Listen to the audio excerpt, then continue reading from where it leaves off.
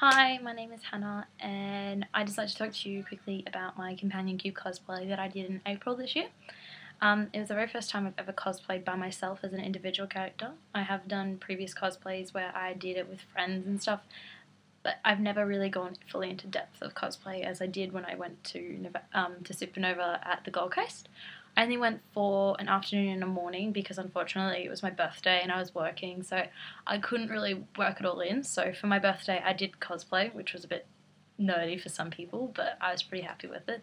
I made a companion cube dress and a companion cube headband and matching socks and shoes. Now, the hardest part for me was probably the headband. If you haven't ever seen anything, it originally just started as a headband that I didn't really want anymore, and it was really thick and it was really digging into my back of my skull. So I thought I might use it in my cosplay because unfortunately the rest of my cosplay doesn't look very companion cube-ish, and sometimes it's nice to have, especially for a character that doesn't have like any humane features to represent the cube in its traditional form. What I did was I sewed all the pieces out, I cut all the small pieces out, if you can't see them all, and then on the edges I put clear nail polish in order to stop them from fraying, and then I attached all the pieces together and stuffed it and hand sewed the rest of it on. Then I had to attach it to my headband. Unfortunately, I'm not very good with glue, so it's a bit messy, and then I made some beautiful bows and I attached it to that. The rest of my costume pretty much came from a pirate, I believe. A pirate pattern? Was that it? Yeah, that was it. And I just changed the design around in order to suit me more. So I used the pink, the silver, and the grey that I made with the companion cube headpiece, and I pretty much just added on to that. So the hardest part for me was probably this beautiful thing, but the rest of the cosplay really wasn't that much easier either.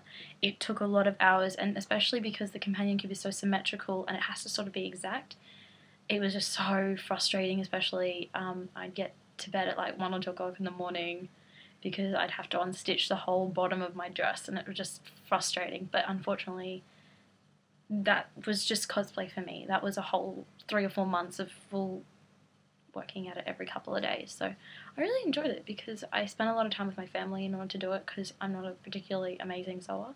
So currently I'm learning how to sew, so I'm having pretty much the best time to do this. So my recommendation, especially if you're doing a creative cosplay, is to pick one that suits your personality.